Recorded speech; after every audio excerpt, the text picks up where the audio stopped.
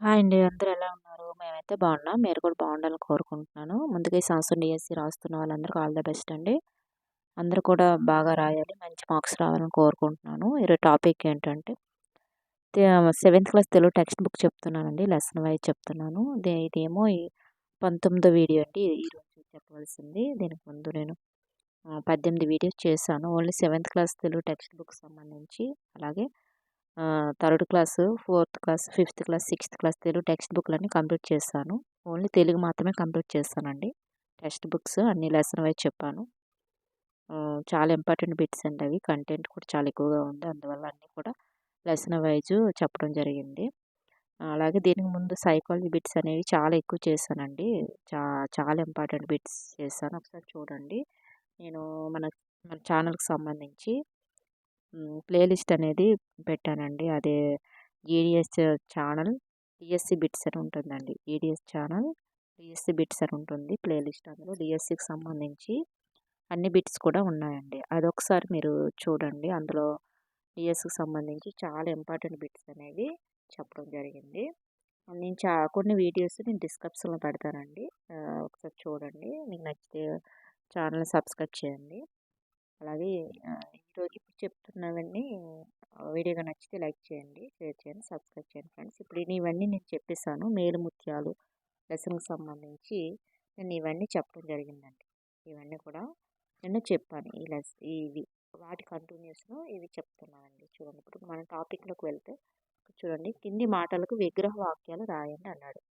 కింది మాటలకు విగ్రహ వాక్యాలు రాయమన్నాడు. చూడండి, ఎండ వాన, ఎండ వాన, తల్లిదండ్రులు, తల్లి తండ్రి, రేయింబవలు, రేయి పగలు. అలాగే మనకి ఇక్కడ చూడండి, నేను చెప్పాను, నేను జస్ట్ మామూలు చెప్పేస్తున్నాను. గంగా యములు, గంగా యమున అనమాట. వీటిని మనం దీనికి ఏమైనా అంటాం, ఇలాంటి పదాలు మనం వీటిని ద్వంద్వ సమాసాలని అంటాం. ఏమంటామండి? ద్వంద్వ సమాసాలు అంటాం. ద్వంద్వ సమాసాల్లో రెండు ఏముంటాయి? నామవాచకాలే ఉంటాయి. రెండు కూడా ఏముంటాయండి? ద్వంద్వ సమాసాల్లో నామవాచకాలు ఉంటాయి. ఇవి కలిసినప్పుడు బహువచన రూపం ఏర్పడుతుంది. ఇవి రెండు కలిసినప్పుడు ఏర్పడుతుందండి? బహువచన రూపాలు అంటారు. ఉభయ పదాలు, రెండు పదాలు కూడా ప్రాధాన్యత కలిగి ఉంటుంది. వీటిని మనం ద్వంద్వ సమాసాలు అంటారు. వీటిని మనం మరికొన్ని ఉదాహరణలు మనం చూద్దాం. చూడండి, కుజనుడు, సజ్జనుడు, కుజనుడు, సజ్జనుడు, కుజన సజ్జనులు, కూరగాయలు, అన్న తమ్ముడు, అన్నదమ్ములు. అలాగే చూడండి, కష్టము, సుఖము, కష్ట సుఖాలు, మంచి చెడులు, ఇవన్నీ కూడా ద్వంద్వ సమాసాల కింద వస్తాయి. ఇవన్నీ కూడా ద్వంద్వ సమాసానికి సంబంధించిన ఉదాహరణలు అంటే. అలాగే మనకి ఇక్కడ చూడండి, దిగు సమాస పదాలు పరిశీలించండి. ఇవి దిగు సమాసాలు. ముందు ద్వంద్వ సమాసాలను తెలుసుకున్నాం కదండి. దిగు సమాసాలు చూడండి. నవరసాలు అంటే నవ అంటే మనకి ఇక్కడ 9 సంఖ్య గల రసాలు. ఇలాంటి సంఖ్యలు వస్తే మాత్రం ఇవి దిగు సమాసం కింద మనకి రావడం జరుగుతుంది. చూడండి, నవరసాలు, నవ అంటే 9 సంఖ్యలు గల రసాలు. అలాగే రెండోది ఏంటి? రెండు సంఖ్య గల జడలు, అలాగే 4 వేదాలు, 4 సంఖ్య గల వేదాలు. ఇలాగ ఏమైనా అంకెలు వస్తే మనకి దిగు సమాసం కింద వస్తుంది. చూడండి, చతుష్టి కళలు, 6, 4, 64 సంఖ్య గల కళలు. అలాగే చూడండి, మనకి ఇక్కడ దశావతారాలు, దశ అంటే 10 సంఖ్య గల అవతారాలు. దశావతారాలు ఏంటి? 10 సంఖ్య గల అవతారాలు. అలాగే 7 రోజులు, 7 సంఖ్య గల రోజులు. ఇవన్నీ కూడా మనకి దిగు సమాసం కింద రావడం జరుగుతుందండి. ఇవన్నీ కూడా సంఖ్య ఎక్కడైతే వస్తుందో అది దిగు సమాసం. అలాగే రెండు పదాలు కలిస్తే అది నామవాచకాలు కలిస్తే అవి మనకి ద్వంద్వ సమాసం అనేది రావడం జరుగుతుంది. ఇవి చాలా ఇంపార్టెంట్, అందరూ గుర్తుంచుకోండి. ఇవి మనం ఏమంటే ఇక్కడ చూడండి, పైన పేర్కొన్న సమాసాల మొదటి పదం సంఖ్యావాచకంగాను, రెండవ పదం నామవాచకంగాను ఉంటుంది. రెండవ పదం మనకి ఏంటండి? నామవాచకం. మొదటి పదం ఏంటి? సంఖ్యావాచకంగా ఉంటే దాన్ని మనం దిగు సమాసం అని అంటాం. మొదటి పదం ఏంటండి? సంఖ్యావాచకంగాను, రెండవ పదం నామవాచకంగాను ఉంటుంది. చూడండి, మనకి ఇక్కడ చూసుకుంటే 7 చూడండి, 7 రోజులు, 7 అనేది సంఖ్య. ఇక్కడ రెండవది ఏంటంటే రోజులు అంటే నామవాచకం. దశ అవతారం, దశ అనేది సంఖ్య, అవతారం అనేది నామవాచకం. ఇలా ఉంటే మనకి ఇది దిగు సమాసం కింద వస్తుంది. అలాగే ఈ లెసన్కి సంబంధించి ప్రకృతి వికృతి పదాలు అనేవి తెలుసుకుందామండి. పుస్తకం అనే పదానికి పొత్తు అండి. పుస్తకం అనే పదానికి వికృతి పదం పొత్తం. అలాగే స్త్రీ అనే పదానికి సిరి అండి. స్త్రీ అనే పదానికి వికృతి పదం సిరి. సిరి అనే పదానికి ప్రకృతి శ్రీ. ఇలా మనం రివర్స్లో చదువుకుంటే వస్తుందండి. సుఖం సుఖం, సుఖం సుఖం. ప్రాణం ప్రాణం, ప్రాణం ప్రాణం. చూడండి ప్రకృతి వికృతి. ప్రకృతి అనేది ప్రకృతి పదం ఏంటి ప్రాణం, అలా వికృతి ఏంటి ప్రాణం. అలాగే మనకి భూమి అంటే భూమి, భూమి ఇక్కడ భూమి. బృంగారం బంగారం. బృంగారం అనే పదానికి వికృతి పదం బంగారం. అలాగే 7వది గౌరవంకి గారవం. గౌరవం అనే పదానికి వికృతి పదం గారవం. ఇక్కడ మనం చూడండి ప్రకృతి పుస్తకం పొత్తం, స్త్రీ సిరి, సుఖం సుఖం, ప్రాణం ప్రాణం, భూమి భూమి, బొంగారం బంగారం, గౌరవం గారం. ఈ విధంగా మనకు ఉంటాయి. అలాగే వ్యతిరేక పదాలు మనం చూసుకుందాం. చూడండి కలిమి పదానికి లేమి అండి. సత్యంకి వ్యతిరేక పదం అసత్యం. దరిద్రుడికి ధనవంతుడు అండి వ్యతిరేక పదాలు ఇవి. సజ్జనుడు దర్జనుడు అండి. కీర్తి అపకీర్తి. చూడండి మరొకసారి కలిమి లేమి, సత్యం అసత్యం, దరిద్రుడు ధనవంతుడు, సజ్జనుడు దుర్జనుడు, కీర్తి అపకీర్తి. ఇవన్నీ కూడా మనకి వ్యతిరేక పదాలు అనేవి రావడం జరుగుతుంది. అలాగే ఈ లెసన్కి సంబంధించి బిట్స్ రూపంలో మనకి అడగడం జరిగిందండి. ఒకసారి మనం చూసుకుందాం. కలిమిగల లోబి కన్నా ఇతడు మేలు. కలిమిగల లోబి కన్నా ఎవరు మేలండి? పేద, పిసినారి, లుబ్ధుడు, కరిమి. ఈ నాలుగింట మనకి ఏమవుతుందండి? మనకు ఆప్షన్ 1 అనేది కరెక్ట్ అవుతుంది. కలిమి గల లోబి కన్నా ఇతడు మేలు. ఎవరు? పేదవాడు మేలు అనమాట. నెక్స్ట్ సప్తవనియు దేవు డాష్ భువి దగద్రుడు అంటే ఖాళీలో సరైన పదం ఏంటండి? దరిద్రుడు, అవయవహీనుడు, సౌందర్యహీనుడు. అలాగే శృతులను ఏమవుతుందని అడుగుతున్నారు మనకి. ఇక్కడ ఆప్షన్ 4 అనేది కరెక్ట్ అవుతుంది. శృతులనండి. శృతులను భువి దగదండ్రు అనమాట. నెక్స్ట్ పేదవాని ఇంట డాష్ ఎరుగరు. పేదవాని ఇంట డాష్ ఎరుగరు. ఈ పద్యపాద ఖాళీలో సరిపోయే పదాన్ని గుర్తించండి. పేదవాని ఇంట ఏంటి? ఫస్ట్ది పుండైనను, బాధైనను, తగవైనను, పెండ్లైనను ఏంటని అడుగుతాను. పేదవాని ఇంట డాష్ ఎరుగరు అంటే ఏంటండి? మనకి ఇక్కడ ఆప్షన్ 4 అండి. పెండ్లైనను. పేదవాని ఇంట పెండ్లైనను ఎరుగరు. నెక్స్ట్ రెండోది చూడండి. క్రింది వాటిలో సజ్జనునికి ప్రకృతి సిద్ధ గుణం ఏంటి? సజ్జను అనే పదానికి ప్రకృతి సిద్ధ గుణం ఏంటని అడుగుతున్నాడండి. లోభితనం, కీర్తియందు అనికీర్తి, ఆపదయందు పిరికితనం, శభాకంపం. ఏం అడుగుతున్నారండి? నాలుగింట్లో మనకి ఏంటండి? ఇంకా ఆప్షన్ 2 అండి. కీర్తియందు అనుకీర్తి. కీర్తియందు అనురక్తి అండి. కీర్తియందు అనురక్తి అనే పదం. సజ్జనునికి ప్రకృతి సిద్ధ గుణం ఇది. నెక్స్ట్ పత్రి కొక్కుటున్న డాష్. ఈ పద్యపాదంలో సరిపోయే పదాన్ని గుర్తించండి.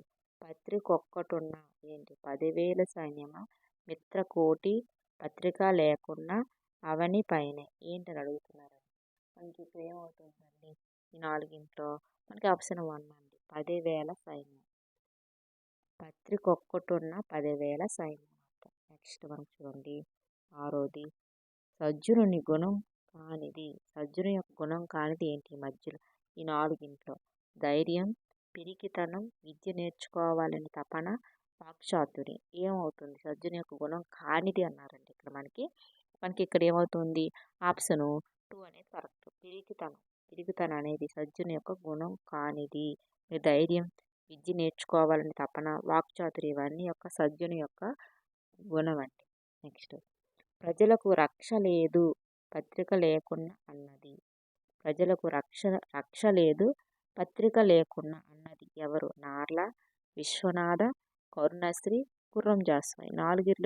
ఈ నలుగురిలో ఎవరన్నారండి? ప్రజలకు రక్ష లేదు పత్రిక లేకున్నా అని అడుగుతున్నారండి. మనకి ఇక్కడ ఆప్షన్ 1 అండి. నార్ల వెంకటేశ్వర్లు ప్రజలకు రక్ష లేదు పత్రిక లేకుండా అనడం జరిగింది. నెక్స్ట్ నైతిక విలువలు ఉద్దేశంగా గల పాఠం ఏది? నైతిక విలువ ఉద్దేశం గల పాఠం ఏదని అడుగుతున్నారండి. మేలిముత్యాలు, శిల్పి, బాల్య క్రీడలు, స్త్రీలు పొంగిన జీవగడ్డ. ఈ నాలుగింట్లో ఏ లెసన్ అవుతుంది? నైతిక విలువలు గల నైతిక విలువల ఉద్దేశం గల పాఠం ఏదని అడుగుతున్నారు. మనకు ఆప్షన్ 1 అండి. మేలిమి ముత్యాలు పాఠం అనేది నైతిక విలువలకు సంబంధించి పాఠం. నెక్స్ట్, ఏనుగు లక్షణ కవి స్నేహాన్ని దీంతో పోల్చారు. దేంతో పోల్చారు? ఏనుగు లక్షణ కవి నీడ, ఒయాసిస్, సూర్యకాంతి, చంద్రకాంతి. దేంతో పోల్చారండి? ఏడు లక్షణ కవి స్నేహాన్ని అని అడుగుతున్నారండి. మనకి ఇక్కడ ఆప్షన్ 1 నీడతో పోల్చారు. ఏనుగు లక్షణ కవి స్నేహాన్ని నీడతో పోల్చడం జరిగింది. నెక్స్ట్ మనకు చూడండి, కీర్తి ప్రకటించి చిత్త విస్ఫూర్తి చేసేది. కీర్తి ప్రకటించి చిత్త విస్ఫూర్తి చేసేది ఏంటి? దుష్ట సంగమం, సాధు సంగమం, సన్యాస సంగమం, కలు సంగమం. ఏంటని అడుగుతున్నారు ఈ 4 ఆప్షన్లో. మనకు ఆప్షన్ 2 అండి, సాధు సంగమం. ఏంటండి? సాధు సంగమం. కీర్తి ప్రకటించి చిత విస్ఫూర్తి చేసేది సాధు సంగమం అంటే. నెక్స్ట్ మనకు చూడండి 11వది, కుమార శతకకర్త ఎవరు? కుమార శతకర్త ఎవరు? 4 నార్ల చిరంజీవి, వేమన, పక్కి అప్పలనరసయ్య, శేషప్ప కవి. ఈ 4 ఎవరండి కుమార శతకం రాసింది? కుమార శతకానికి సంబంధించి ఎవరు అడుగుతున్నారు? మనకి ఇక్కడ ఆప్షన్ 3 అండి, పక్కి అప్పలనరసయ్య అని అతను కుమార శతకం అంటే అతని యొక్క శతకం కుమార శతకం. నెక్స్ట్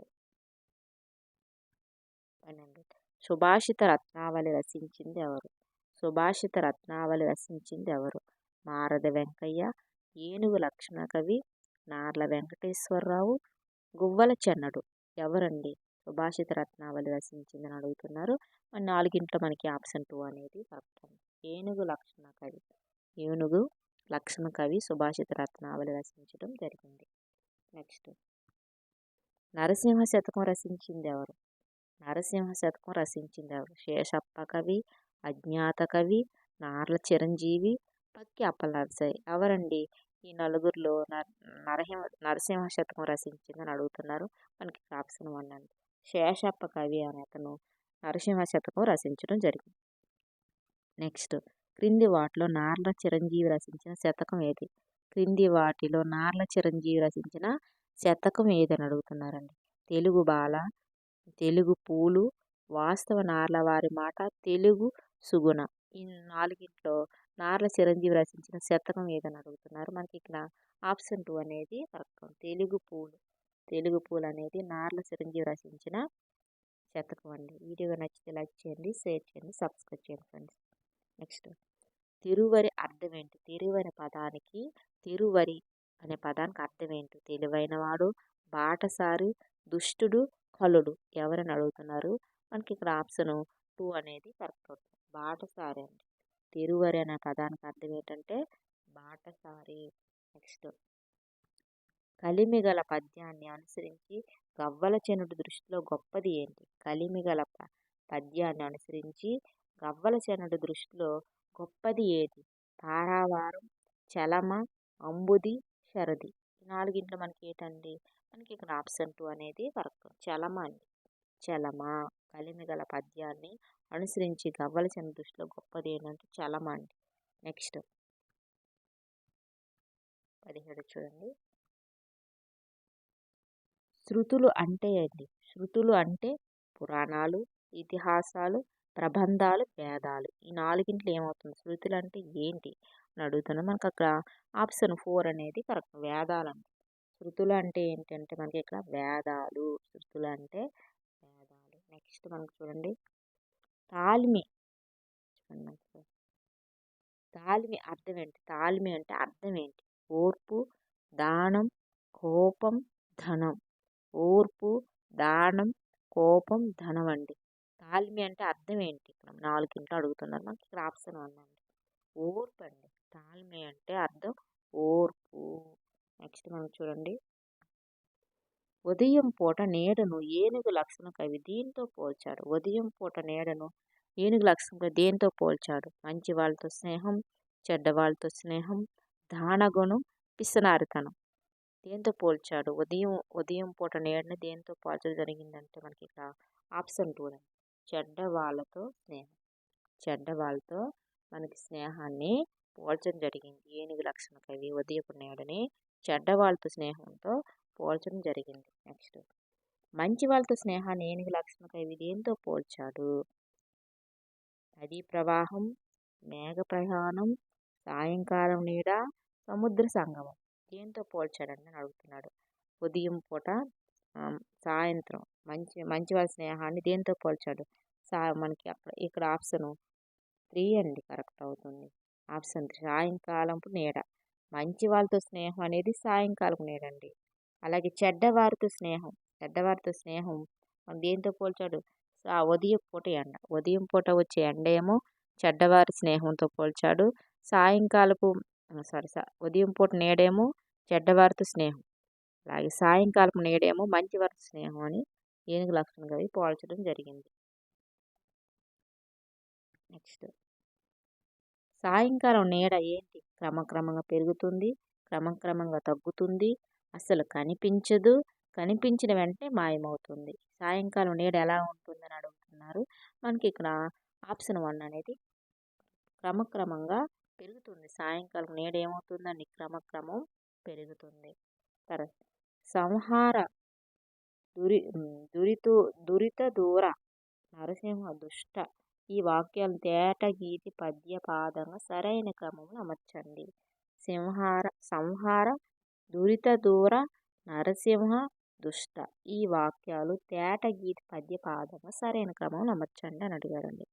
ఫస్ట్ ఏంటి? నరసింహ సంహార దురిత దూర, దుష్ట సంహార నరసింహ దురిత దూర, సంహార దుష్టి నరసింహ దూరిత దూర, దూరిత దూర సంహార దుష్టి నరసింహ అని ఇచ్చారండి. మనకి ఏటవుతుందండి? ఆప్షన్ 2 అనేది కరెక్ట్ అవుతుంది. దుష్టి సంహార నరసింహ దురిత దూర అన్నమాట. ఈ పదాలనే మాకు ఫార్మాట్ చేశారు, సరైన క్రమంలో అమర్చమన్నాడు. నెక్స్ట్ మనం చూడండి. ధనికుడైన పిసినారిని గువ్వెల చెన్నడు దీంతో పోల్చాడు. ధనికుడైన పిసినారిని దేంతో పోల్చాడు? నీటి చలమ, సముద్రం, పర్వతం, అంబుది దేంతో పోల్చడం జరిగిందని అడుగుతున్నారు. ఈ 4 మనకి ఇక్కడ ఆప్షన్ 2 అండి సముద్రం అండి.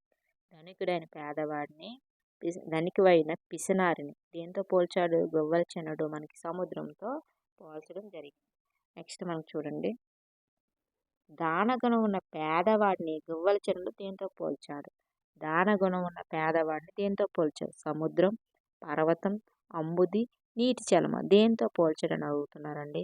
మనకి ఇక్కడ ఆప్షన్ 4 అనేది కరెక్ట్. నీటి చలమ. దానగుణం ఉన్న పేదవాడిని నీటి చలమతో పోల్చారు. అలాగే ధనవంతుడైన పిసినారిని దేంతో పోల్చారండి? సముద్రంతో పోల్చారు. ఎవరు? గువ్వల చెన్నడు. నెక్స్ట్ మనకి ఈ వీడియోకి సంబంధించి లాస్ట్ బిట్ అండి 25. రేపు మనం 26 నుంచి మనం చెప్పుకుందాం. ఇంకా బిట్స్ అనేవి ఉన్నాయి. కోటి మంది మిత్రులతో సమానమైనది ఏంటి?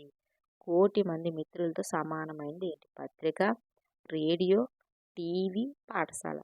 కోటి మంది మిత్రులతో సమానమైనది ఏంటండి? మనకి 4 ఆప్షన్లో మనకి ఆప్షన్ 1 అనేది కరెక్ట్. పత్రిక అండి. కోటి మంది మిత్రులతో సమానమైనది పత్రిక. ఇదండి ఈ వీడియోకి సంబంధించి మనకి బిట్స్ మనకు చెప్పడం జరిగింది. రేపు అనేది మనం 26 బిట్ నుంచి స్టార్ట్ చేసుకున్నామండి. వీడియో నచ్చితే లైక్ చేయండి, షేర్ చేయండి, సబ్స్క్రైబ్ చేయండి ఫ్రెండ్స్. చాలా ఇంపార్టెంట్ బిట్స్ ఇవి. రేపు మరొక వీడియోతో కలుసుకుందామండి. అందరూ కూడా బాగా చదువుకోండి. చాలా ఇంపార్టెంట్ బిట్స్ చెప్తుంటాను. మా వీడియోస్ని సబ్స్క్రైబ్ చేసుకోండి. Okay, thank you so much.